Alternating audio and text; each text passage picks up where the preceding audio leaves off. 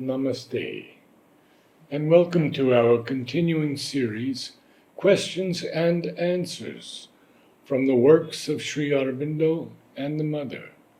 Today, The Force and the Divine Force, Part 9, from Sri Aurobindo. The idea of helping others is a subtle form of the ego. It is only the divine force that can help. One can be its instrument, but you should first learn to be a fit and egoless instrument. The idea of helping others is a delusion of the ego. It is only when the mother commissions and gives her force that one can help, and even then, only within limits. All change must come from within, with the felt or the secret support of the divine power. It is only by one's own inner opening to that one can receive help, not by mental, vital, or physical contact with others. It is a relative and partial help, of course, but it is sometimes useful. A radical help can only come from within through the action of the divine force and the assent of the being.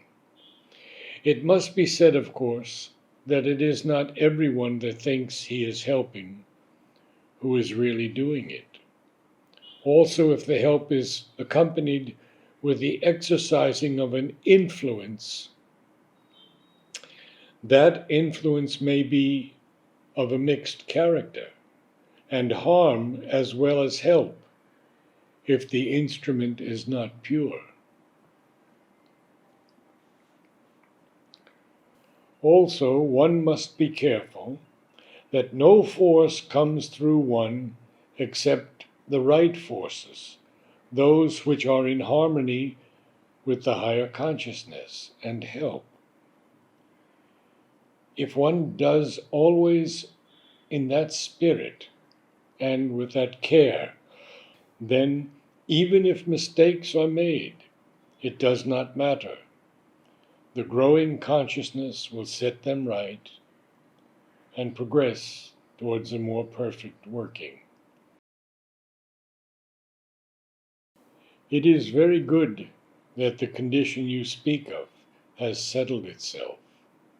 That is a great progress. As for the prayers, the fact of praying and the attitude it brings, especially unselfish prayer for others, itself opens you to the higher power, even if there is no corresponding result in the person prayed for. Nothing can be positively said about that, for the result must necessarily depend on the persons, whether they are open or receptive, or something in them can respond to any force the prayer brings down.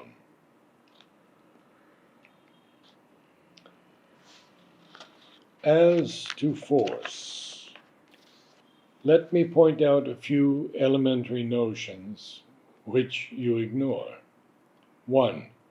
The force is a divine force, so obviously it can apply itself in any direction. It can inspire a poet, set in motion the soldier, doctor, scientist, everybody. 2. The force is not a mental force. It is not bound to go out from the communicator with every detail mentally arranged, precise in its place, and communicate it mentally to the recipient. It can go out as a global force, containing in itself the thing to be done, but working out the details in the recipient and the action as the action progresses. It is not necessary for the communicant to accompany mentally the force, plant himself mentally in the mind of the recipient, and work out mentally there the details. He can send the force or put on the force, leave it to do its work, and attend himself to other matters. In the world, most things are worked out by such a global force, containing the results in itself, but involved, concealed, and working them out in a subsequent operation. The seed contains the whole potentiality of the tree. The gene contains the potentiality of the living form that it initiates, etc., etc.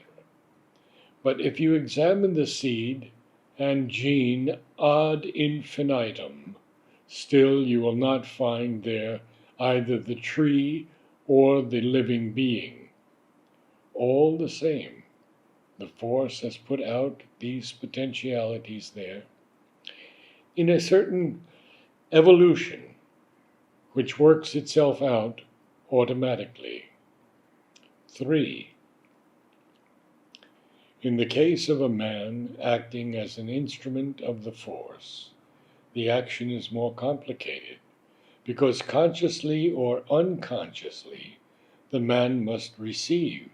Also, he must be able to work out what the force puts through him.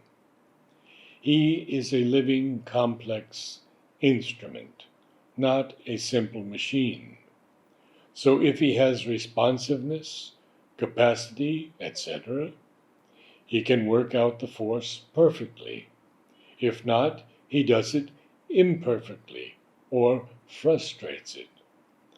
That is why we speak of and insist on the perfectioning of the instrument.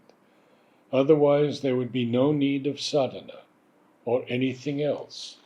Any fellow would do for any blessed work, and one would simply have to ram things into him and see them coming out into action. 4. The communicant need not be an all-round, many-sided encyclopedia in order to communicate the force for various purposes.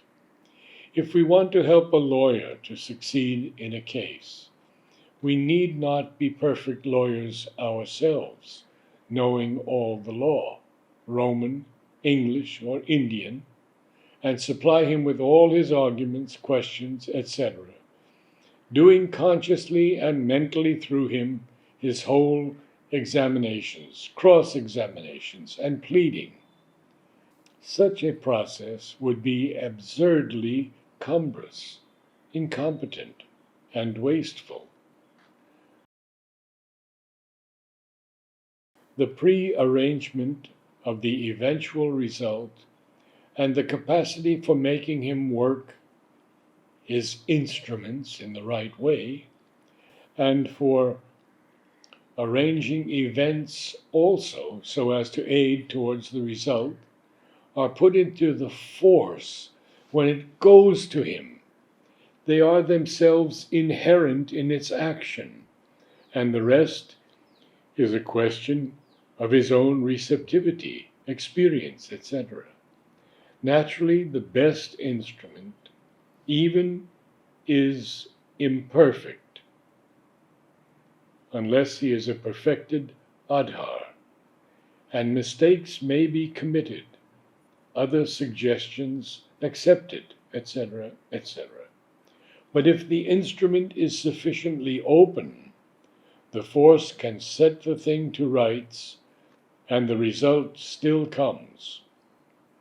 In some or many cases, the force has to be renewed from time to time, or supported by fresh force. In some directions, particular details have to be consciously attended to by the communicant. All that depends on circumstances too multitudinous and variable to be reduced to rule. There are general lines in these matters, but no rules. The working of non-mental force has necessarily to be plastic, not rigid and tied to formulas. If you want to reduce things to patterns and formulas, you will necessarily fail to understand the workings of a spiritual, non-mental force. 5. All that I say here refers to spiritual force. I am not speaking of the supramental. 6. Also, please note that this is all about the working of force on or through people.